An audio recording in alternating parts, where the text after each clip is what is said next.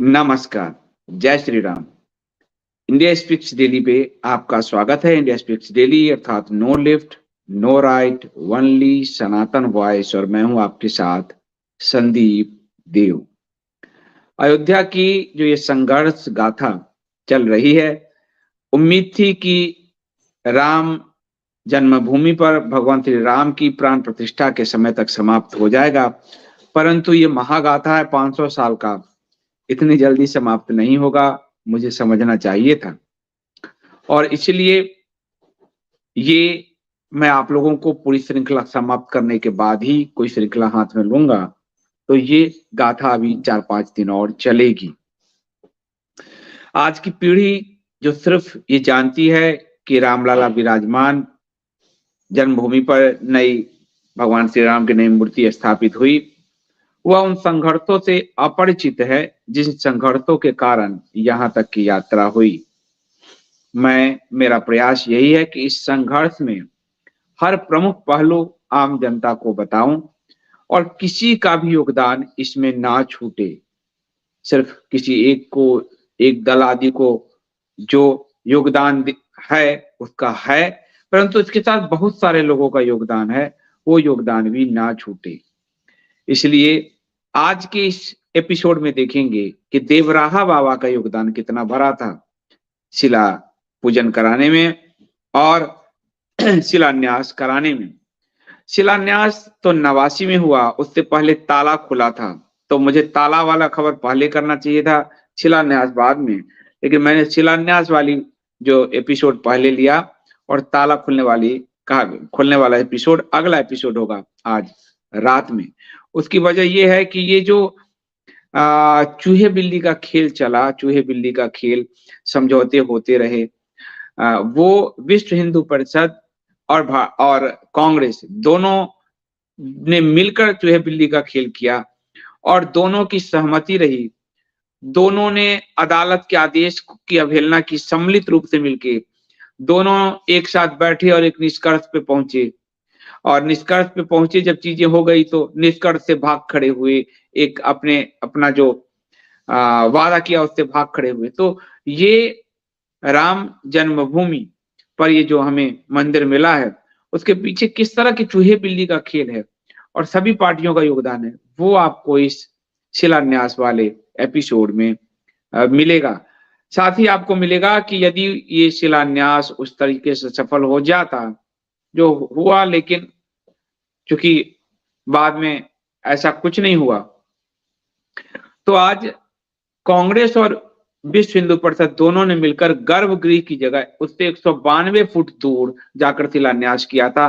आम जनता की आंख में धूल झोंका जबरदस्त, और उसके लिए आम जनता ने घर घर से शिला पूज कर भेजी थी, एक एक ईंट केसरिया कपड़े में लपेट कर भेजी थी पूरे देश भर से, और हर घर से ₹1.25 दक्षिणा भी दिया गया था। लोगों को लगता था कि अब तो मंदिर बन जाएगा, लेकिन उनको क्या पता था कि ये शिलान्यास का खेल बीहीप और कांग्रेस की पॉलिटिकल दांवपेच में फंसा है। विश्व हिंदू परिषद भाजपा के लिए काम कर रही है और कांग्रेस अपने लिए काम कर रही है, और दोनों के इस खेल में मूल गर्भगृह जहां मंदिर बना है उससे 192 फीट दूर जाकर शिलान्यास करके किसी भी तरीके से चीजों को बस आम जनता को ये होता हुआ दिखा देना था। इसमें फिर शंकराचार्य जी की भूमिका आई, जो शंकराचार्य जी को आज लोग नहीं मानते, तो शंकराचार्य जी की भूमिका आई जिसके कारण उनको जेल भी जाना पड़ा। और देवराहा बाबा जो विश्व हिंदू परिषद और राजीव गांधी सरकार के बीच, राजीव गांधी जब तब प्रधानमंत्री थे, दोनों के बीच किस तरह से मध्यस्थ की भूमिका निभा रहे थे, वो चमत्कारी बाबा थे। और राजीव गांधी, वो अपने पैर से राजीव गांधी का सर, कर्ण सिंह का सर छू के आशीर्वाद देने वाले थे, जो है उनके फोटोग्राफ भी पुस्तक में है अयोध्या में। इसके अलावा भारत का अकेला प्रधानमंत्री अभी तक का जिसने अयोध्या से राम राज्य की स्थापना के लिए अपने चुनावी अभियान की शुरुआत की और वो हार गया, ये भी आपको इसमें जो है पता चलेगा।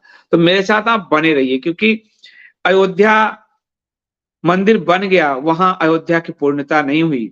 अयोध्या की ये जो महासंघर्ष गाथा है वो सही रूप में जो है वो आप सबके सामने आए और भविष्य में ये टकराहट ना हो, जिसके संकेत मिल रहे हैं कि टकराहट होंगे।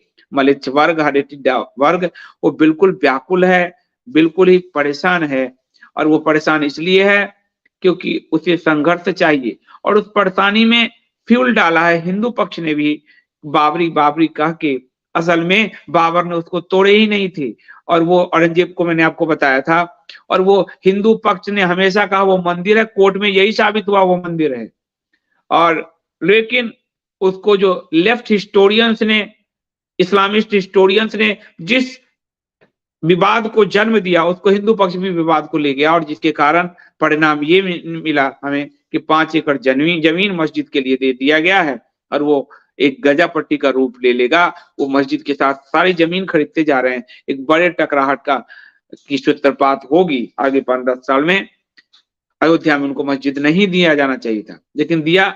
तो पीढ़ी जब इन सब चीजों को समझ लेगी, देखेगी भविष्य में इन वीडियोज के थ्रू, उनको समझ में आएगा कि भारत की राजनीति में राम का सिर्फ नाम लिया गया है, राम के पीछे राजनीति की गई है, ये साफ दिखता है। तो आप लोग मेरे साथ बने रहिए, वीडियो को लाइक कीजिए, चैनल को सब्सक्राइब कीजिए, बेल आइकन दबाइए और ऑल का बटन दबाइए। ज्वाइन बटन से आप चैनल को बचाए रखिए, और जो भी सत्यनिष्ठ सनातनी हैं वही इस चैनल पर कंटेंट का मूल्य भरें। जिनको यहाँ की पत्रकारिता पसंद है, 100 रुपीज पर मंथ का आपके डिस्क्रिप्शन में पिन कमेंट और पट्टी पर डिटेल है। जो भी जिनको यहाँ की सत्यनिष्ठ पत्रकारिता नहीं पसंद है वो बिल्कुल भी सब्सक्रिप्शन ना भरें। अनुरोध है, आप सब्सक्रिप्शन नहीं लौटाए जाते, इसलिए सब्सक्रिप्शन एक कंटेंट का मूल्य है जो आपने देखा और उसके लिए चुकाया है। तो प्लीज जिन्हें पसंद है पत्रकारिता वही भरें। साथ ही इस पूरी श्रृंखला को जो लोग भी प्रायोजित कर रहे हैं उन सबका मैं हृदय से धन्यवाद करता हूं। आज का ये जो अंक है वो 20वां अंक है, और इसे प्रायोजित किया है जयप्रकाश शर्मा जी ने। जयप्रकाश शर्मा जी को मैं धन्यवाद देता हूं। जयप्रकाश शर्मा जी ने इसे प्रायोजित किया है अपने स्वर्गीय पिता श्री वेद प्रकाश शर्मा जी की स्मृति में। उनके पिता को मैं नमन करता हूं। मुझे उम्मीद है परमात्मा ऐसे धार्मिक पुत्रों के जो पिता हों उनको मोक्ष की यात्रा पे परमात्मा ले गए होंगे, तो उनके लिए नमन, बहुत बहुत धन्यवाद जयप्रकाश शर्मा जी का। तो मैं लौटता हूं इस प्रोमो के बाद, और आपको ले चलूंगा शिलान्यास के पीछे की राजनीति को समझने के लिए। राजनीति था तभी शिलान्यास वाली जगह पे नहीं बना मंदिर, आपने ध्यान दिया अभी। राजनीति था तभी शिलान्यास के बाद 89 में जो हुआ, उसके बाद अभी 5 अगस्त को जो हुआ था कोर्ट के फैसले के आने के बाद बीच में, वहां दोबारा भूमि पूजन हुआ। तो राजनीति था तभी दोबारा भूमि पूजन हुआ, और राजनीति था तभी आज मंदिर कहीं और बना गर्भगृह पे। तो वो शिलान्यास सिर्फ हिंदू भावनाओं को फ्यूल देकर अपनी अपनी राजनीति करने का खेल था, इसलिए मैंने खेल शब्द इस्तेमाल किया है। तो आइए इस प्रोमो के बाद समझेंगे वो क्या खेल था।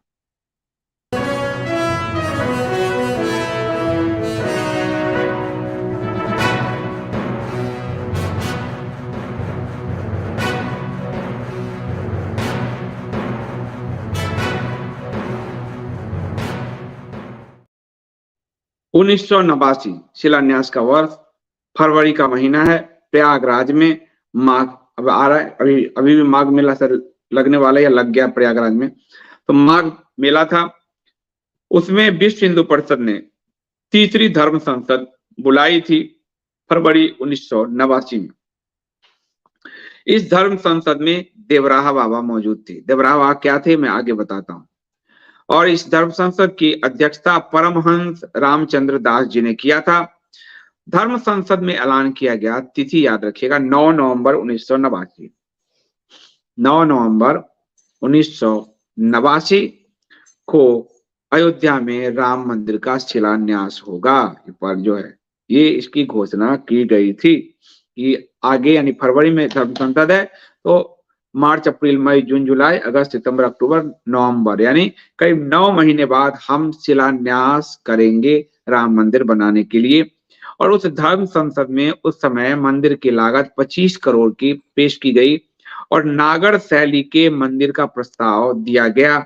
इसमें जो है 9 नवंबर इसलिए क्योंकि उस दिन देवोत्थान एकादशी था। देवोत्थान एकादशी में अयोध्या में भीड़ जुटती है। भगवान श्री विष्णु अपनी नींद से, योग निद्रा से बाहर आते हैं, तो वहां लोग 14 कोसी परिक्रमा आदि के लिए जमा होते हैं। तो वो जो विश्व हिंदू परिषद की रणनीति बड़ी अच्छी थी। हमेशा विश्व हिंदू परिषद ने तिथि वही रखी जिस वक्त अयोध्या में मैक्सिमम भीड़ हो। इसलिए आप देखेंगे 90 के कार्तिवा के समय भी, गंगा स्नान की जब जिस समय भीड़ थी उस समय, तो विश्व हिंदू परिषद, अब वहां सारे हिंदू आए हुए हैं तो उसको फिर एक साथ ले जाना, और भीड़ में प्रशासन का काम नहीं कर पाए और हम काम करने, तो रणनीति बड़ी अच्छी थी उनकी। चाहे 92 में भी आप देखेंगे, इसलिए सारी घटना आपको नवंबर दिसंबर नवंबर दिसंबर नवंबर दिसंबर दिखेगी आपको। वही जो देवोत्थान एकादशी के बाद स्नान और ये बाबरी विध्वंस भी देखिए आपको दिसंबर में ही हुआ था। कार सेवकों पे जो गोली चली थी 90 में 2 नवंबर, वो भी आपको नवंबर में हुआ। शिलालेख जो आपको शिलान्यास हुआ वो भी नवंबर में हुआ। तो उन्होंने रणनीति बड़ी अच्छी बनाई थी क्योंकि हिंदू को उस समय लाना नहीं पड़ता था, हिंदू तीर्थ यात्रा के लिए वहां आते ही थे। तो ये रणनीति का पार्ट था जिसमें विश्व हिंदू परिषद सफल रही हमेशा। और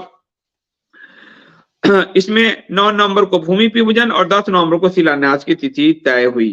तो ये पूरा तय हुआ। कहा गया कि अब इस 8-9 महीने में जो है आरंभ करेंगे और 5 नवंबर तक शिलाएं पूरे देश से पूजी जाएगी और वो अयोध्या पहुंचेगी ट्रकों आदि से। अब शिला क्या मतलब? ईंट। ईंट को भगवा कपड़े में लपेट के ओम राम लिख के शिलाएं बड़ी संख्या में पहुंची और हर घर से 1.5 रुपए दक्षिणा मांगा गया। तो व्यक्ति ने हर्ष से दिया, हमारे गांव से भी गया। उस समय सब गांव से, नॉर्थ इंडिया से साउथ इंडिया तक सबको ये लगा कि अब राम मंदिर बनने जा रहा है, तो ये राम मंदिर में हमारी ईंट लगने जा रही है।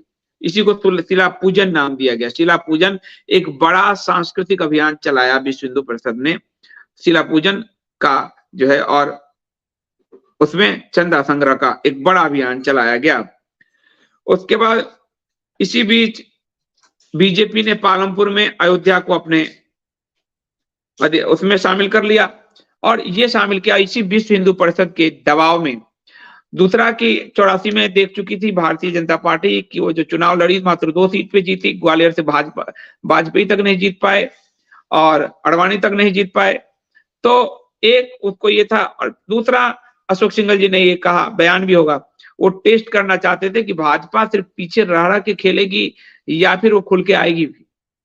इसलिए अशोक सिंघल जी ने साफ साफ पूरा जो है ऐलान किया और इसमें भाजपा के पास कोई चारा नहीं था कि वो अपने उसमें राष्ट्रीय कार्यकारिणी में इसको शामिल ना करे। और इसलिए 11 जून को हिमाचल प्रदेश के पालमपुर में, फरवरी में शुरू हुआ, जून में भाजपा ने शामिल किया, नवंबर में शिला पूजन हो रहा है 10 नवंबर को। तो 11 जून को भाजपा ने हिमाचल प्रदेश के पालमपुर में इसको एजेंडे में शामिल किया।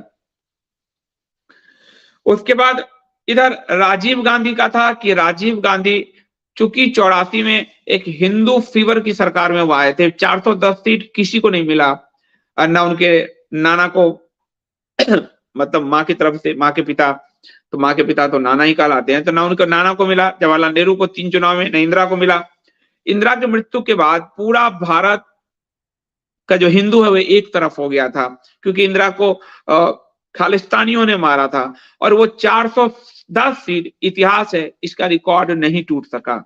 तो 410 सीट उनको मिला था और हिंदू तो उस हिंदुत्व के उन्होंने राजीव गांधी ने उस हिंदुत्व के चोले को कंटिन्यू करना चाहा, परंतु बीच बीच में वो सेकुलरिज्म जो कांग्रेस की बीमारी है उस सेकुलरिज्म की तरफ भी वो बढ़ते रहे, जिसके कारण स्थिति ये हो गई कि माया मिली न राम। भाजपा विश्व हिंदू परिषद को इसका फायदा मिला, उसका एक कारण है क्योंकि वो राम मंदिर पे खुल के अपने स्टैंड लेते रहे तो उनको राम मिल गए। कांग्रेस पर्दे के पीछे से भाजपा से ज्यादा बड़ा काम किया, मूर्ति रखवाने, ताला खुलवाने, शिलान्यास, बाबरी ध्वंस करवाने, इस सब में कांग्रेस की बड़ी भूमिका रही। 10 में कोर्ट के फैसले सब कांग्रेस के समय, परंतु वो पर्दे के पीछे खेलती रही। बाहर वो मुस्लिमों को धर्मनिरपेक्षता का आडंबर करती रही, इसलिए उसको ना माया मिली, ना उसको राम मिले, कुछ नहीं मिली, न हिंदू वोट मिला, न मुस्लिम वोट जो था वो भी खिसक गया। तो कांग्रेस आज इस स्थिति में, आज जो कांग्रेस जीरो हुई है, उसमें इस राम जन्मभूमि आंदोलन की बड़ी भूमिका है, बहुत बड़ी भूमिका है। तो वो दोनों हाथ से वो पीछे रहकर खेलना चाहते थे, स्वाभाविक बात है। वो पीछे रह के तो फ्रंट फुट में जो जिसका चेहरा दिख रहा था, जनता ने उसको वोट कर दिया। भले पीछे से उन्होंने वो काम किए जिनके बिना ये हो नहीं सकता था, लेकिन चेहरा भाजपा थी, 20% था, 20% यानी भाजपा संघ, तो भाजपा को लाभ मिला। तो कांग्रेस अपनी उस सेकुलर पॉलिटिक्स को जो है के कारण इसमें पिछड़ती चली गई। लेकिन 9वीं लोकसभा के जो चुनाव की घोषणा हुई, तो प्रधानमंत्री राजीव गांधी ने आपको जब नवंबर आ रहा था, तो 3 नवंबर 1989 को जो है वो उस बार लोकसभा और विधानसभा, उत्तर प्रदेश विधानसभा दोनों का चुनाव एक साथ ही होने थे।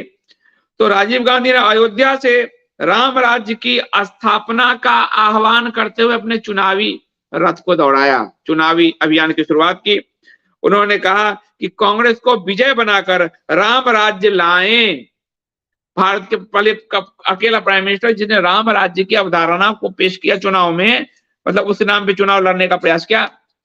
आपको आश्चर्य होगा कि उनका वो जो अयोध्या का सीट था फैजाबाद का, वो सीट भी वो कांग्रेस नहीं बचा पाई। और उस समय निर्मल खत्री चुनाव कांग्रेस से थे, वो हार गए। और जहां किसी को उम्मीद नहीं थी, कम्युनिस्ट पार्टी के मित्रसेन यादव वो चुनाव जीत गए। यानी राम राज्य कांग्रेस का लोगों को इसलिए पसंद नहीं आया अभियान ने, क्योंकि कांग्रेस सब कुछ बैक पे तो कर रही थी, फ्रंट में दिख भाजपा और भीप रहा था, जिसके कारण कांग्रेस को भीप संघ बहुत बुरी तरह से फंसाती गई।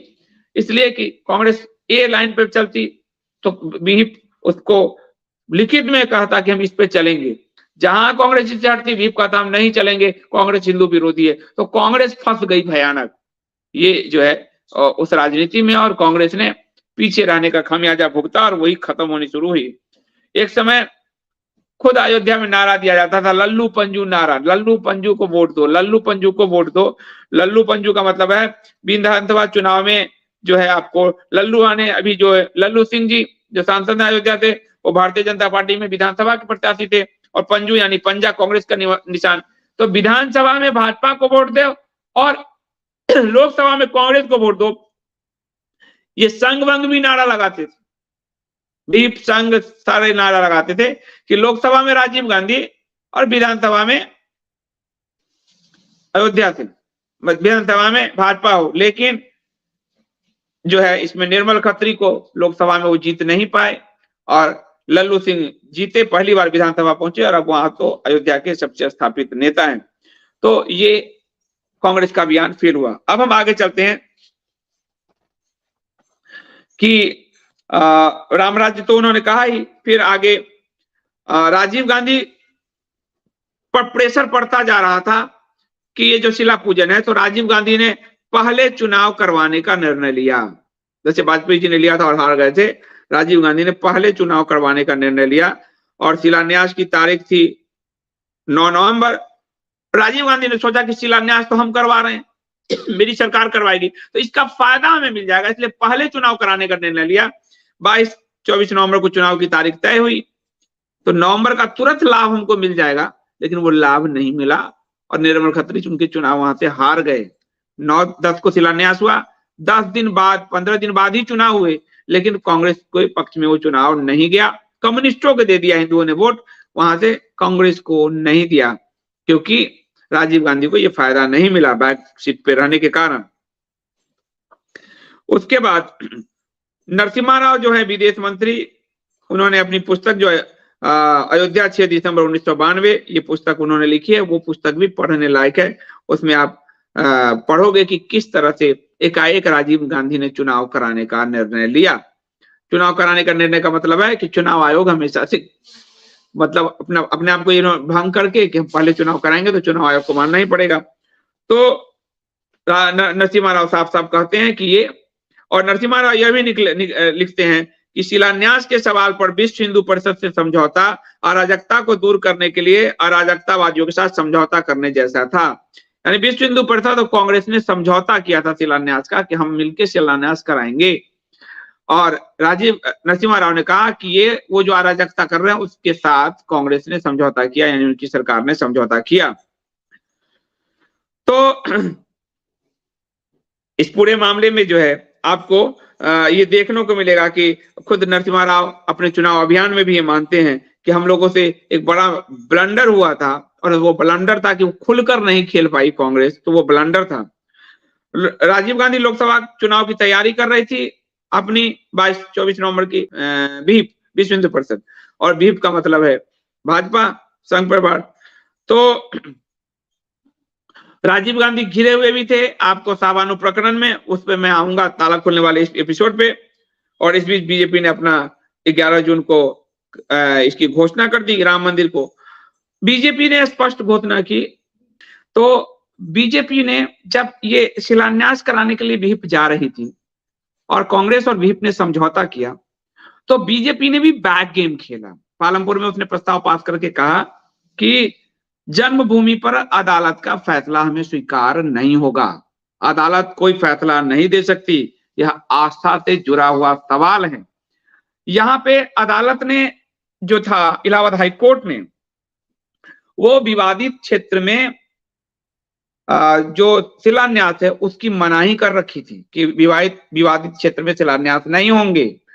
तो उस पर भाजपा ने ये स्टैंड लिया कि हम अदालत को नहीं मानते, अदालत इस पे फैसला दे ही नहीं सकती। हालांकि आज अदालत ने फैसला दिया, जिसके कारण भाजपा को ये श्रेय गया, और आज वो मंदिर बना रही है, और प्रधानमंत्री ने अपने भाषण में अदालत को श्रेय दिया है। तो अदालत फैसला ले सकती है, परंतु तब भाजपा विहिप के पास साक्ष्य नहीं थे, और साक्ष्य नहीं थे तो वो इस मंदिर मुद्दे को बहुत लंबा खींचना चाहते थे, और ताकि हर बार उनको इसका लाभ मिलता रहे। लेकिन साक्ष्य शंकराचार्यों ने प्रस्तुत किया, जो मैं आपको बार बार बता रहा हूं, तो इसलिए वो अदालत से भागते रहे, भाजपा भी भागते रही। ये बात रहा खुलकर इस मामले में सबूत पेश करने में, उनके जो सबूत थे वो बड़े कमजोर से थे। तो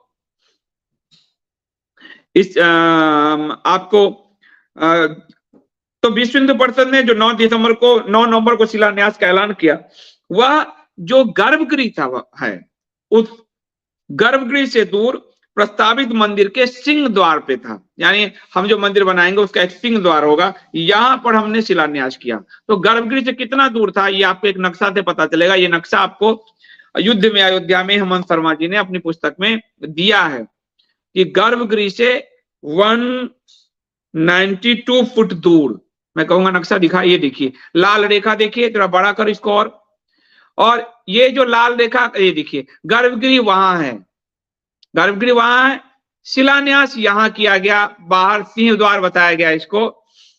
और ये कांग्रेस और विश्व हिंदू परिषद दोनों की सहमति थी इसमें। इलाहाबाद हाईकोर्ट का कहना था कि यह विवादित भूमि है। कांग्रेस ने इसमें एक और छल किया, इलाहाबाद हाईकोर्ट के निर्णय को उसने अपने मजिस्ट्रेट लगवा के इस भूमि को इलाहाबाद हाईकोर्ट को कहवा दिया। छल किया, लेकिन हिंदुओं के पक्ष में एक बड़ा डिसीजन लिया, कोर्ट से झूठ बोल दिया जाकर। किसने? कांग्रेस की सरकार ने। उस समय नरेंद्र तिवारी थे वहां के मुख्यमंत्री, उनकी सरकार ने, कि ये विवादित क्षेत्र में नहीं है। तो कोर्ट मान गई, क्योंकि सरकार, इसलिए देखिए कांग्रेस की भी बड़ी भूमिका थी, क्योंकि सरकार जो कहेगी कोर्ट में वही तो कोर्ट मानेगा। तो कहा गया कि ये विवादित क्षेत्र में है और इसमें नहीं हो सकती, और हाईकोर्ट ने स्पष्ट कहा यथा स्थिति बरकरार रखें, विवादित क्षेत्र में शिलान्यास ना हो। तो कांग्रेस ने मजिस्ट्रेट से कहवा दिया अपने अधिकारियों के थ्रू कोर्ट में कि जहां शिलान्यास हो रहा है वो विवादित क्षेत्र नहीं है, जबकि विवादित क्षेत्र था। तो नहीं है तो आप शिलान्यास कर सकते हैं। अब शिलान्यास कर सकते हैं, तो यहां दूसरा चीज हुआ कि गर्भगृह से दूर किया, 192 फुट दूर किया। तो अदालत को भी धोखा दे पाई, हिंदू जनता भी भ्रमित रही, और इसके लिए विश्व हिंदू परिषद और कांग्रेस के मुख्यमंत्री नरेंद्र दत्त तिवारी जो थे वहां पर, नरेंद्र तिवारी की सरकार थी, तो एक सहमति बनी, बकायदा बैठक होके नारायण दत्त तिवारी और विश्व हिंदू परिषद के बीच शिला पूजन और रामशिलाओं की यात्रा को लेकर सहमति बनी। सरकार ने शिलान्यास कार्यक्रम को मंजूरी दी, कांग्रेस ने बकायदा मंजूरी दी। ये दोनों के सम्मिलित प्रयास से दोनों के बीच समझौता हुआ। उस समझौते में देश के गृह मंत्री तब के बूटा सिंह मौजूद थे। यानी लिखित समझौता भाजपा कांग्रेस मतलब व्हीप कांग्रेस के समझौते हुए इस पर दोनों की रजामंदी से ये हुआ 192 फीट दूर। अब इस 192 फीट जो दूर हुआ उस पर शंकराचार्य स्वरूपानंद सरस्वती उखड़ गए और भयानक उखड़ गए। वो मतलब ऐसा होता नहीं उखड़े, वो भयानक उखड़ गए और उन्होंने जो है आंदोलन निकाल दिया कि ये हिंदुओं को धोखा दिया जा रहा है।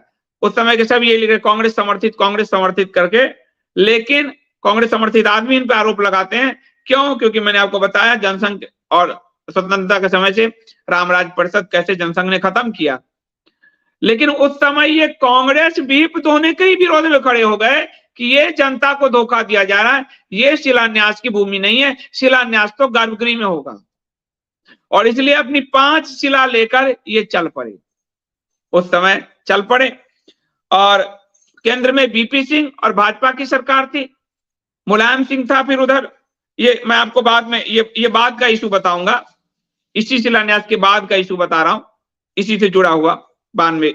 तो ये निकल पड़े 192 फीट दूर के विरोध करते हुए और उन्होंने 3 चीजें कहा कि विश्व हिंदू परिषद ने दक्षिणायन में यह शिलान्यास कराया है, गर्भगृह से बाहर कराया है। जब राजीव गांधी की सरकार चली गई, उधर बीपी सिंह की आई, मुलायम की आई, तब शंकराचार्य जी ने मार्च किया इसको कि शिलान्यास को खत्म करा जाए, क्योंकि ये एक तो दक्षिणायन में कराया है, मुहूर्त ठीक नहीं है, दूसरा गर्भगृह से बाहर कराया है और ये हिंदुओं के साथ धोखा है, जिसके कारण इनकी गिरफ्तारी मुलायम सिंह ने करवाई। केंद्र में तब बीपी और भाजपा की सरकार आ चुकी थी। तो और क्योंकि राजीव गांधी तो मैंने आपको बताया नवंबर में चुनाव हार गए थी कांग्रेस, तो ये इनको जेल भेजा गया। चुनारगढ़ में इनको आजमगढ़ में गिरफ्तार किया गया 30 अप्रैल 1990 को। 89 का आपको बता रहा हूं, 89 के नवंबर में चुनाव हुआ, राजीव गांधी की सरकार हार गई। उसके बाद जो है शिलान्यास हो चुका था 9-10 तारीख को, 9-10 नवंबर को। उसके बाद जो है 90 आए, 89 के बाद 90 आए, 90 में इनकी सरकार बन चुकी थी। तो फिर अप्रैल महीने में ये जब था तो गिरफ्तार किया गया और आजमगढ़ पहुंचे, वहीं पर उनको गिरफ्तार किया गया और 9 दिन तक चुनार के जेल में, चुनार के किला को जेल बनाकर उनको रखा गया। तो राम मंदिर आंदोलन में ये किसी शंकराचार्य की पहली गिरफ्तारी थी। कांग्रेस और व्हीप के ज्वाइंट वेंचर में जो हिंदुओं को धोखा देने के लिए शिलान्यास दूर किया गया, 192 फुट दूर, गर्भगृह से दूर, सिंह द्वार जो मंदिर का उन्होंने अपना नक्शा बनाया था, वो सिंह द्वार वहां पे किया था, उसके विरोध में ये शंकराचार्य जी की गिरफ्तारी हुई थी। अब मैं आपको इसमें देवराह बाबा की भी भूमिका बताता हूं। लेकिन 24 सितंबर को जो उत्तर प्रदेश के मुख्यमंत्री नारायण दत्त तिवारी ने विश्व हिंदू परिषद के प्रतिनिधियों के साथ बैठक की। बैठक में गृह मंत्री बूटा सिंह मौजूद थे और उसके बाद इस पर 5-6 बिंदु तय, दोनों कांग्रेस सरकार और विश्व हिंदू परिषद के बीच 6 बिंदुओं पे सहमति बनी। तो बिंदु नंबर 1, विश्व हिंदू परिषद शिला जुलूस के सभी रास्तों की जानकारी संबंधित जिला प्रशासन को दे, कि आप जहां जहां से आप शिला ला रहे हैं, शिला पूजन करवा के, वो सब प्रशासन को दे, प्रशासन आपकी मदद करेगी, उसको पहुंचवाएगी। साथ ही स्थानीय प्रशासन जनहित में रास्ते में बदलाव करना चाहे तो उसे स्वीकारेगी। यदि भीड़ है आदि, तो अगर प्रशासन रास्ते में बदलाव करेगी तो उसको भीड़ को मानना पड़ेगा। विश्व हिंदू परिषद और उसके कार्यकर्ता ऐसा कोई भी भड़काऊ नारा नहीं लगाएंगे जिससे सामाजिक सौहार्द को नुकसान पहुंचे। ये समझौता हुआ। जहां तक संभव होगा, तीसरा पॉइंट, पवित्र शिलाओं को ट्रक से लाया जाएगा, जिसके रास्ते की जानकारी संबंधित जिला प्रशासन के साथ विचार विमर्श करके तय होगी। विश्व हिंदू परिषद के वरिष्ठ एवं जिम्मेदार पदाधिकारी जुलूस के नेतृत्व की जिम्मेदारी लेंगे और स्थानीय प्रशासन को सहयोग करेंगे। अयोध्या में जिस जगह पर पवित्र शिलाओं को एकत्र किया जाना है, वह जिला प्रशासन के साथ बातचीत करके तय होगा कि कहां पे हम शिला रखेंगे।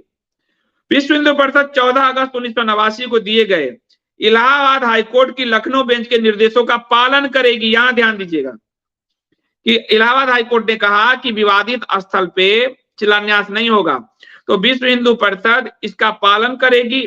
और इसमें कहा गया था कि सभी पक्ष यथास्थिति बरकरार रखेंगे, शांति सौहार्द रखेंगे और उस स्थान से कोई छेड़छाड़ नहीं करेंगे। तो विश्व हिंदू परिषद ने कहा यस बॉस, हम नहीं करेंगे, हम इलाहाबाद हाईकोर्ट के निर्णय को मानेंगे। उत्तर प्रदेश सरकार और विश्व हिंदू परिषद के बीच जो सहमति बनी, उस सहमति में जरा ध्यान दीजिए। जो पदाधिकारी थे दाऊ दयाल खन्ना, जो विश्व हिंदू परिषद के, यही दाऊ दयाल खन्ना जो 5 बार कांग्रेस के रहे विधायक मुरादाबाद से, जो कांग्रेस के नेता, जो आधुनिक समय में इस राम जन्मभूमि आंदोलन को उठाने वाले, इंदिरा गांधी के सामने पहली बार और इसको प्रस्तुत करने वाले कांग्रेस के ही विधायक थे ये। तो दाऊ दयाल खन्ना ये विश्व हिंदू परिषद की तरफ आ गए। श्री चंद्र दीक्षित, जो इंदिरा गांधी वाले एपिसोड में मैं आपको बता चुका हूं, श्री चंद्र दीक्षित उत्तर प्रदेश के पूर्व डीजी थे। इंदिरा गांधी ने इनको इस्तीफा दिलवाया था और विश्व हिंदू परिषद में शामिल करा के विश्व हिंदू परिषद को एक्टिवेट किया था इंदिरा गांधी ने 1983 में, क्योंकि 64 से बनी हुई विश्व हिंदू परिषद मृतप्राय थी और इंदिरा गांधी 80 के बाद खुलकर उसको हिंदू राजनीति इंदिरा गांधी को करनी थी। तो इंदिरा गांधी ने विश्व हिंदू परिषद को मृतप्राय विश्व हिंदू परिषद को एक्टिवेट किया, अपने नेता दाऊ दयाल खन्ना से विश्व हिंदू राम जन्मभूमि मुद्दे को उठवाया। तो ये सब पिछले एपिसोड में बता चुका हूं। तो वही जो इंदिरा गांधी ने भेजा था श्री चंद्र दीक्षित उत्तर, वो भी विश्व हिंदू परिषद में आके शामिल हुए। तो विश्व हिंदू परिषद को अपने नेताओं से एक्टिवेट किया था इंदिरा गांधी ने। तो वो इसमें रहे, ओंकार भावे थे, सुरेश गुप्ता थे, महेश नारायण सिंह थे, ये सब जो है। और इस पर विश्व हिंदू ये पूरे सहयोग करेंगे। साथ ही इस सहमति पत्र पे जो सिग्नेचर था वो अशोक सिंघल जी का था, महंत अवैधनाथ का था, नित्य गोपाल दास का था और दाऊ दयाल खन्ना का था, जो पूर्व कांग्रेसी नेता थे। तो इतने लोगों का इस पर सिग्नेचर था। जहां जहां से भी गुजरेगी यात्रा, वहां वहां से आपको जानकारी सरकार को देनी होगी। तो ये काम शुरू हुआ। उसके बाद 5 नवंबर से देश भर की में जितनी भी शिला पूजित हुई, 5 नवंबर से वो सब अयोध्या पहुंचनी शुरू हो गई और 3,16,000 गांवों में शिला पूजी गई थी। 3,16,000 गांव में और करीब 3 लाख राम शिलाएं अयोध्या के रास्ते में थी। तो बड़ी संख्या में ये शिला वहां पहुंचने लगी। उधर लोकसभा में कांग्रेस भाजपा को छोड़कर सारे जो 13 अक्टूबर को सारे दलों ने एक संकल्प पास किया कि शिलान्यास की इजाजत न दी जाए। और बाबरी एक्शन कमेटी ने कहा कि जिस जगह पर शिलान्यास होना है वह कब्रिस्तान की भूमि है। आजम खान का उस समय का बयान है कि कब्रिस्तान की भूमि है, ये हमारी भूमि है, इस पर कब्रिस्तान है। जो 192 फीट दूर जहां शिलान्यास होनी है उस पर दावा किया इन्होंने कि ये कब्रिस्तान की भूमि है, हमारी भूमि, ये जो लाल वाला दिख रहा है। जबकि ये नगरपालिका के दस्तावेज में धर्मदास के नाम से है और धर्मदास ने 1986 में राम जन्मभूमि न्यास को ये भूमि सौंप दी थी। तो विश्व हिंदू परिषद के ये कब्जे में भूमि थी, धर्मदास ने ये भूमि विश्व हिंदू परिषद को सौंप दी थी। तो उसमें राम जन्मभूमि ट्रस्ट ने कहा कि हम तो इसी जगह पर शिलान्यास करेंगे, हमारी जमीन है और ये कोई कब्रिस्तान की जमीन नहीं है। अब इन दोनों के बीच में आए देवराहा बाबा राजीव गांधी और विश्व हिंदू परिषद के बीच जो है मध्यस्थ की भूमिका निभा रही थी। और विश्व हिंदू, तो जब ये मुस्लिम पक्ष ने हंगामा किया तो कांग्रेस की सरकार ने कहा कि क्या हम शिलान्यास की जगह को बदल सकते हैं, बदल देना चाहिए कि विवाद ना हो। विश्व हिंदू परिषद ने कहा हम क्यों बदलेंगे, हम नहीं बदलेंगे। तो इसकी मध्यस्थता करने के लिए देवराहा बाबा को लाया गया और देवराहा बाबा जो थे वो उस समय बड़े अलौकिक पुरुष थे। वे अपने पैर से वो आशीर्वाद देते थे कि किताब उसमें देखेंगे तो पैर से वो ये देखेंगे करण सिंह, जो हटाना फोटोग्राफ, करण सिंह जो को जो पैर से आशीर्वाद दे रहे हैं, वो पैर से आशीर्वाद देते थे देवराहा। कोई वस्त्र नहीं पहनते थे और पैर से वो आशीर्वाद देते थे। 12 फुट ऊंचे मचान पे रहते थे, हिमालय में बड़ी साधना की थी और वो उनके बहुत सारे भक्त थे। सरयू गंगा किनारे ही वो ज्यादातर रहते थे। राजीव गांधी की जो माँ थी इंदिरा गांधी भी कोई भी जब समस्या से घिरती थी तो देवराहा बाबा के पास ही जाती थी कई बार। राजीव गांधी 6 नवंबर को वृंदावन में देवराहा बाबा से मिलने गए, यानी तब के प्रधानमंत्री देवराहा बाबा से मिलने गए और उनको भी वो पैर से, राजीव गांधी के भी सर में उन्होंने पैर सटाया, पैर से आशीर्वाद दिए। बाबा ने राजीव गांधी को आदेश दिया कि मंदिर बनना चाहिए, आप शिलान्यास करवाएं और शिलान्यास की जगह बदली ना जाए। देवराहा बाबा ने कहा, राजीव गांधी ने कहा कि शिलान्यास की जगह नहीं बदली जाएगी, मैं आपको वचन देता हूं। उसके बाद बाबा ने अगले दिन विश्व हिंदू परिषद के नेता श्री चंद्र दीक्षित को बुलाया, जो पूर्व डीजीपी थे, जिनको इंदिरा गांधी बीएचपी में लाई थी, उनको बुलाया और उनको कहा कि आप निश्चिंत रहें, प्रधानमंत्री को हमने आदेश दे दिया है, शिलान्यास वो वहीं करवाएंगे जहां आप लोगों ने झंडा गाड़ा है। नक्शा वहां रहने दो, इस पे जहां झंडा गाड़ा है, यानी जो विश्व हिंदू परिषद के प्रस्तावित मंदिर का सिंह द्वार है, गर्भगृह पे नहीं, सिंह द्वार पे। तो नक्शा में कि वहां जहां आपने झंडा गाड़ा है, जो लाल निशान नीचे दिखा रहा है, कि वहीं पे आप शिलान्यास कराएं। तो वृंदावन में शिलान्यास का फैसला किया गया। राजीव गांधी को देवराहा बाबा के आदेश से ये शिलान्यास का फैसला किया गया। विश्व हिंदू परिषद को देवराहा बाबा ने आश्वासन दिया कि आप चिंता ना करें। राजीव गांधी ने एक अपने दूत को लोकसभा के अध्यक्ष थे बलराम जाखर को उनके साथ लगाया और बलराम जाखर के साथ जो भी बाबा जी की बैठक होती, बाबा जो आदेश देते, राजीव गांधी उस आदेश को पूरा मानते। अशोक सिंघल ने भी कहा कि देवराहा बाबा के आशीर्वाद था, उनका मार्गदर्शन हमको लगातार मिल रहा था। तो बाबा ने 6 नवंबर को कहा कि आप शिलान्यास कराइए उसी जगह पे। देखिए राजीव गांधी के को भी शायद देखिए पैर से आशीर्वाद दे रहे हैं, सर पे सटाकर। तो कोई बदलने को तैयार नहीं था। शिलान्यास का जो प्लॉट 576 था उसको स्थानांतरित करना था। अब राजीव गांधी ने अपने मुख्यमंत्री नारायण दत्त तिवारी को कहा, अपने गृह मंत्री से कहवाया कि कोर्ट में आप दीजिए कि विवादित जगह पर शिलान्यास नहीं हो रहा है। नारायण दत्त तिवारी ने कहा, कोर्ट में मैं झूठ कैसे बोलूं? तो राजीव गांधी ने कहा, झूठ बोलो या जो करो, कोर्ट को बताइए कि ये जगह विवादित नहीं है जहां शिलान्यास हो रहा है। जबकि विवादित थी, लेकिन हालांकि धर्मदास जी के नाम से रजिस्टर्ड थी, लेकिन विवादित इसको मुस्लिम पक्ष ने बनाया हुआ था कोर्ट में डाल के, जिसके लिए कोर्ट का आदेश था कि यथास्थिति बनाए रखें। ठीक है। तो इलाहाबाद हाईकोर्ट की विशेष डिवीजन बेंच ने अपने कहा कि भूमि को विवादित बताया। तो बेंच ने कहा कि विश्व हिंदू परिषद ने जिस भूमि पर राम मंदिर के शिलान्यास के लिए झंडे और बल्लियां लगाई वो विवादित है, इसलिए यथास्थिति बनाए रखी जाए। ये विवादित है, आप यथास्थिति बनाइए, ये हाईकोर्ट का आदेश था। और तो शिलान्यास के लिए अब इधर जो है विश्व हिंदू परिषद मान गई। जब हाईकोर्ट के आदेश से विश्व हिंदू परिषद 2 हिस्से में बट गई। हेमंत शर्मा जी ने लिखा, कुछ ने कहा कि हमें शिलान्यास करना है, अभी जहां कोर्ट कहती है वहां कर देते हैं। दूसरे ने कहा नहीं, हमको यही करना है। उधर देवराहा बाबा का आदेश था प्रधानमंत्री राजीव गांधी को कि आपको वहीं करानी है। ठीक है, जो गर्भगृह से 192 फीट दूर थी।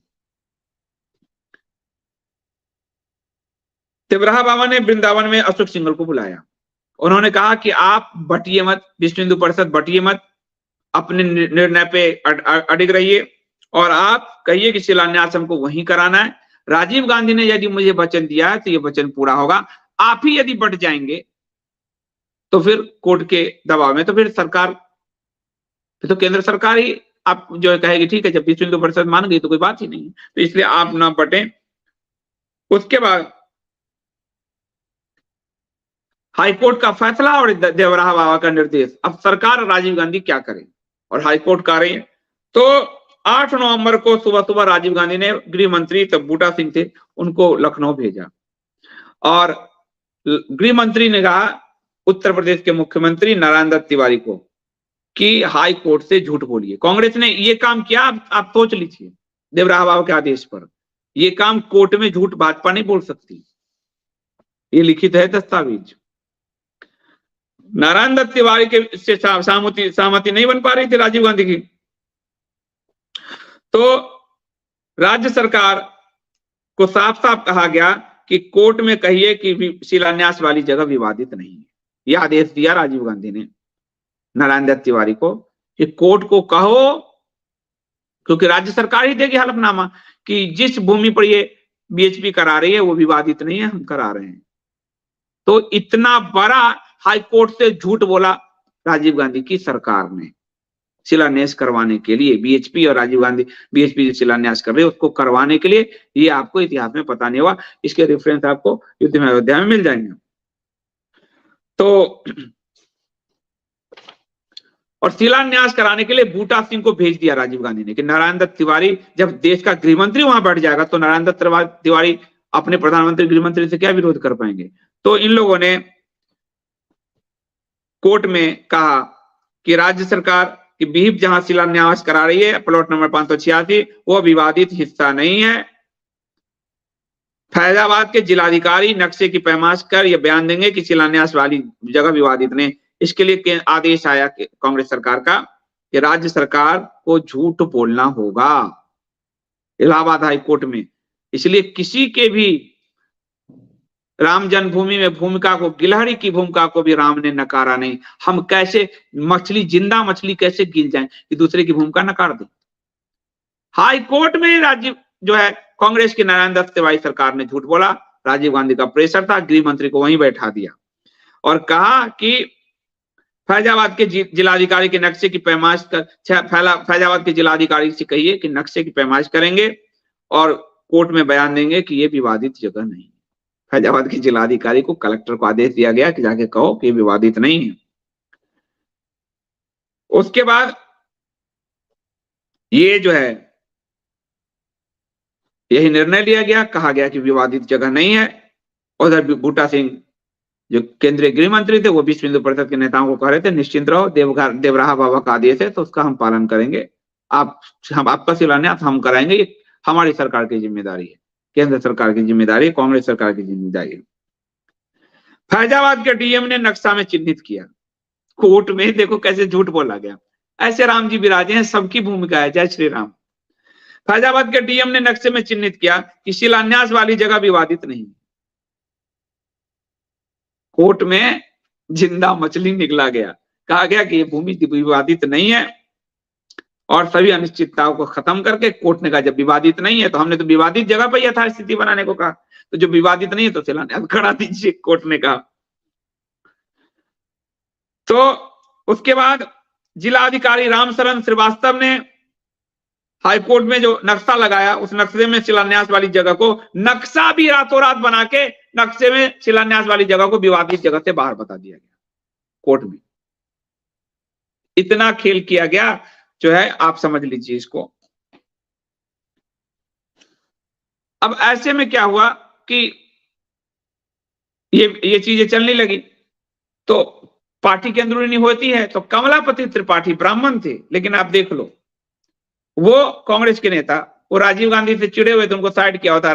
कमलापति त्रिपाठी बोले पोल खोल दूंगा जी,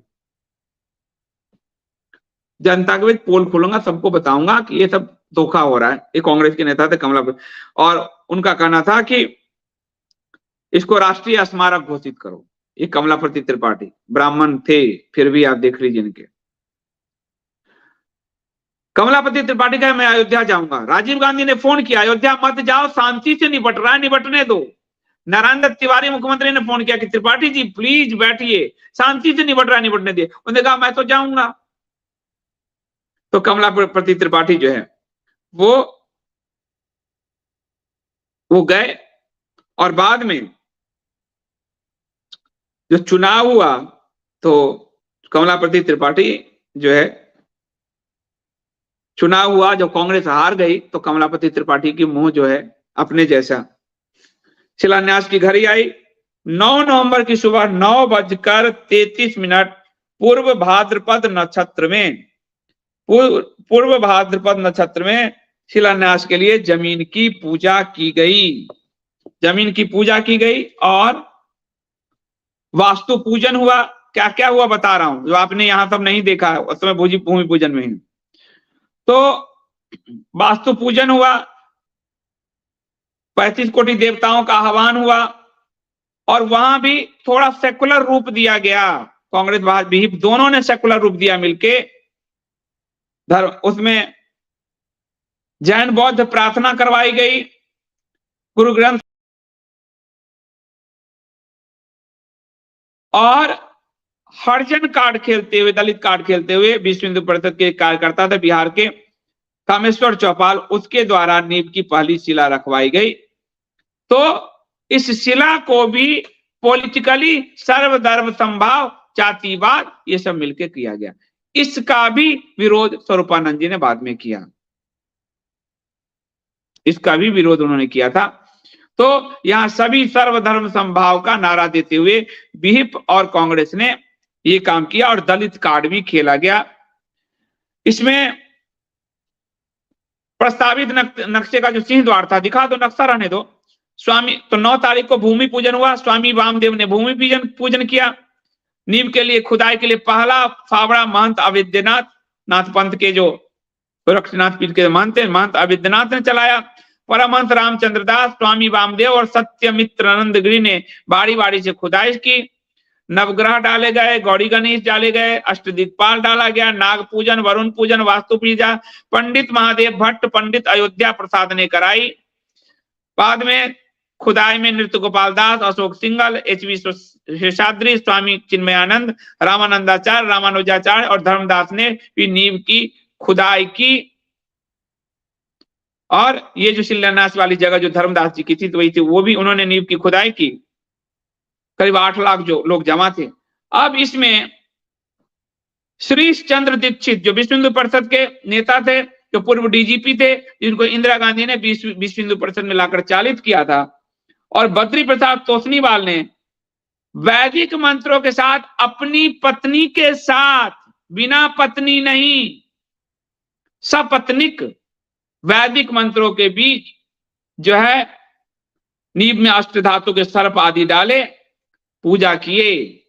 तो बिना पत्नी के, कांग्रेस के राज में जो हुआ भूमि पूजन प्रथम शिलान्यास, उसमें सपत्निक यजमान ने, 2 यजमान, नाम नोट कर लीजिए, विश्व हिंदू परिषद के ही नेता थे, और कांग्रेस ने यहां दबाव नहीं डाला कि मैं करवा रहा हूं तो मेरा नेता बैठेगा, जैसे अभी किया गया। भाजपा के गृह मंत्री तक को नहीं बुलाया गया, राजनाथ सिंह, किसी भाजपा के नेता को नहीं बुलाया गया जो पत्नी वाले भी थे। पुराने आडवाणी, मुरली मनोहर जोशी को भी कहा के न्योता दे के नहीं बुलाया गया, राष्ट्रपति को भी नहीं बुलाया गया, न्योता दिया गया, कहा नहीं आइए आप। लेकिन कांग्रेस ने इस पे जोर नहीं दिया कि जिसको आप अपना यजमान बनाना चाहते हैं बनाइए, विश्व हिंदू परिषद से कहा। तो विश्व हिंदू परिषद ने श्रीश चंद्र दीक्षित को यजमान बनाया और बद्री प्रसाद तोषनीवाल को यजमान बनाया, ये नोट कर लीजिए। और दोनों ने वैदिक मंत्रों के साथ सपत्निक पूजा की, पुरुष बैठकर पूजा नहीं की। 2 पुरुष थे वहां, श्रीश चंद्र दीक्षित और बद्री प्रसाद तोषनीवाल, दोनों अपनी पत्नी के साथ बैठकर पूजा की। मोदी जी और भागवत जी की तरह पुरुष पूजा नहीं की, वैदिक परंपराओं का पालन किया। तो वो शुभता उस जमीन में थी अभी तक वैदिक मंत्रों की, जिसके कारण सब अच्छा ही हुआ। तो सपत्निक दोनों के नाम बता दिया हूं। कांग्रेस के समय वैदिक मंत्रों का अनादर नहीं किया गया, भूमि पूजन का अनादर नहीं किया गया। यहाँ 5 अगस्त को भूमि पूजन का भी अनादर किया गया और मंदिर के प्राण प्रतिष्ठा में भी अनादर किया गया। हमारे वैदिक परंपरा का सपत्निक मंदिर के प्राण प्रतिष्ठा आदि में बैठने का विधान है। यहाँ 2 पुरुषों ने पूजा की। तो यह आपको उदाहरण देता हूं, एक कांग्रेस के समय भी हुआ था इसी रामलला के भूमि पूजन, और एक यहां भी हुआ है। आप देख लीजिए, कांग्रेस ने बीएचपी के नेता को सपत्निक पूजा करने के लिए आमंत्रित किया कि आप करें, या अपनी पार्टी के नेता को भी नहीं बुलाया गया। सपत्निक अमित शाह कर सकते थे, नहीं बुलाया गया। ये अंतर है आपको सामूहिक बोध और व्यक्ति बोध में, व्यक्तिवाद और सामूहिकवाद में, ये आपको अंतर है। और आपको क्या लगता है, आज विहिप की जन ने जिस तरह से कांग्रेस ने विहिप को मदद करते हुए हाईकोर्ट में झूठ बोल के उनको आगे मदद किया, क्या भाजपा किसी हिंदू संगठन का कर पाएगी ये आज वो सत्ता में रहते हुए भी? वो तो मोनू मानेसर को छोड़ दिया, पिट्टू बजरंगी का भाई जल के मर गया। ये कर पाएगी किसी विश्व हिंदू परिषद के ही नेताओं के द्वारा अगर कोई चालित किया जाए इनके विरोध में तो कर पाएगी, लेकिन कांग्रेस ने करवाया। तो ये आपको एक याद रखना पड़ेगा। फैक्ट यही है, फैक्ट जो है वही बता रहा हूं। तो उसके बाद मुस्लिम समुदाय ने कहा कि ये तो हमारा पहली शिला, फिर दलित से भी रखवाई गई, वहां राजनीति भी हुई जो है। और उसके बाद 5 शिलाएं नींव में महंत रामचंद्र परमहंस जी ने रखी। हालांकि कामेश्वर चौपाल बहुत दिन से जुड़े हुए थे और दलित हमारे हिंदू समाजी हैं और बिल्कुल रख सकते हैं। मैंने सिर्फ कहा कि राजनीति के लिए ये सब भी किया गया, वो तो होता ही है। फिर मुस्लिम समुदाय ने कहा कि हम हंगामा करेंगे क्योंकि हमारे कब्रिस्तान पे ये शिलान्यास करवा दिया गया। ये इस पे इनका दावा था कि यहाँ हमारा कब्रिस्तान है। मुस्लिम पक्ष ने कहा कि हमारा कब्रिस्तान है और इस पे आजम खादानी ने पूरा बयान दिया, वो कब्रिस्तान की जमीन है। और इस तरह से मुस्लिम समाज ने हल्ला किया। माया मिली न राम, हिंदू समाज ने राजीव गांधी के पूरे योगदान को जीरो कर दिया। क्योंकि आगे बीएचपी को उन्होंने आगे किया था, तो शायद मोदी जी से परिचित थे कि राजीव गांधी ने सारी मदद करके कोर्ट में झूठ बोल के सब कराया, लेकिन रखा बीएचपी के नेताओं को आगे, तो फायदा हमें मिला भाजपा को। लेकिन आज हम किसी को, अमित शाह जी को रख दें तो कल को प्राइम मिनिस्टर का दावा ना कर ले आ जाए भाई।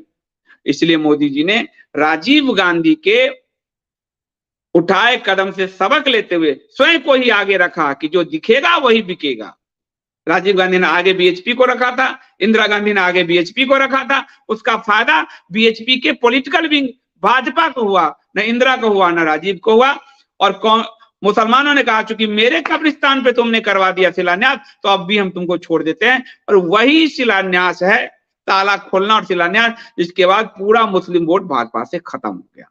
यहां तक कि 90 में कहते हैं भाजपा को भी मुसलमानों ने वोट किया, कांग्रेस को नहीं किया, क्योंकि उन्होंने कहा इन्होंने हमें धोखा दिया है। कांग्रेस ने कहा कि उनको धोखा दिया है और पीछे रहकर जो स्टीयरिंग सीट पे रहेगा फायदा उसे ही मिलेगा। ये मोदी जी जानते हैं, ये राजनीति वो जानते हैं। तो कांग्रेस बैक सीट पे बैठ के सारा मदद कर रही थी, लेकिन जो चेहरा होता है वही बिकता है। इसलिए चेहरा बीएचपी था और बीएचपी का पॉलिटिकल विंग, भाजपा को उसका लाभ मिलना स्वाभाविक था। अशोक सिंघल जी ने प्रेशर भी डाला कि भाजपा आगे आए, नहीं तो फिर जिसके कारण उनको आना पड़ा पालमपुर में। और फिर जब चुनाव हुआ कुछ दिन बाद ही, 10-20 दिन बाद ही, तो कांग्रेस जिसको 410 सीट मिली थी 197 सीट पर आ गई, 197 सीट पर आ गई। और वह जो मंदिर के शिलान्यास का विरोध कर रहा था वो व्यक्ति प्रधानमंत्री बन गया, पीपी सिंह। वो मंदिर के शिलान्यास का विरोध कर रहे थे, वो बाबरी के पक्ष में खड़े थे, लेकिन भाजपा उनके पक्ष में जाके खड़ी हो गई, उनके साथ खड़ी हो गई। और 143 सीट जो है जनता दल की अगुवाई में सरकार बनी। और इस तरह से शिलान्यास ने और ताला खोलने ने एक नई सरकार का आगमन हुआ और पुरानी सरकार की ऐसी नींव ही ली कि उसके बाद कांग्रेस कभी सत्ता में नहीं आ पाई। शिलान्यास पर पीपी सिंह का बयान है, शिलान्यास के विरोध में खड़े पीपी सिंह के पक्ष में भाजपा ने अपना समर्थन दिया। तो ये रहा शिलान्यास की पूरी कहानी। अब आपको रात्रि में मैं ताला खुलने का बताऊंगा। शिलान्यास मैंने आपको पहले इसलिए बताया कि जो कल परसों पूजा हुआ, बिना पत्नी के लोग उसकी वकालत कर रहे हैं। मैंने आपको एक अंतर दिखाया कि उस समय जब शिलान्यास कांग्रेस करवा रही थी, उसने बीएचपी को आगे रखा था। बीएचपी में भी वो नेता जिसको कांग्रेस ने भेजा था, लेकिन सपत्नीक पूजा कराया गया। पत्नी का बिल्कुल सम्मान किया गया वैदिक मंत्रों से। और शिरीष चंद्र दीक्षित और बद्री प्रसाद तोषनीवाल ने सपत्नीक पूजा की थी। ये आपको डिटेल इसमें मिल जाएगी। तो इसे याद कराने के लिए कि अयोध्या के पर जो प्रथम शिलान्यास आजादी के बाद हुआ, उस पर वैदिक मंत्रों का और गृहस्थ धर्म का और प्राण प्रतिष्ठा भूमि पूजन के पूरे धार्मिक विधि का सम्मान किया गया था, जो अभी नहीं हुआ है, ये स्पष्ट है।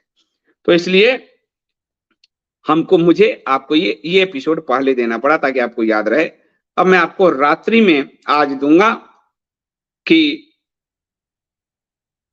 ताला कैसे खुलवाया गया, ताला खुलवाने में क्या भूमिका रही कांग्रेस की, क्या भूमिका रही भाजपा और विहिप की। और विहिप को आप इग्नोर बिल्कुल नहीं कर सकते, मैं पूरा श्रेय देता ही जा रहा हूं।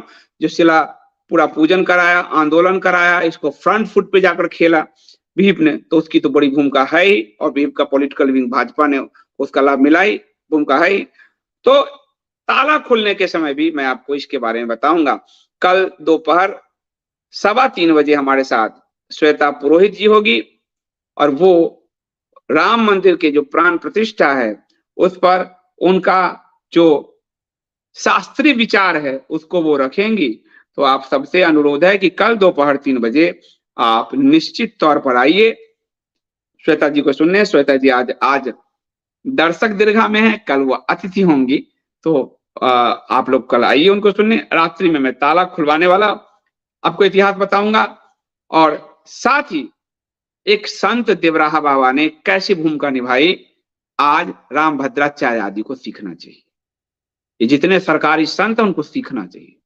जो एक मचान पर बैठे अकेले बैठे रहते थे, आज सरकार के प्रधानमंत्री को पांव से आशीर्वाद देते थे, और आज ये सारे बाड़े में बंद कर दिए गए सरकारी संत, बाड़े में बंद, प्लास्टिक की कुर्सी पर से हाथ जोड़े।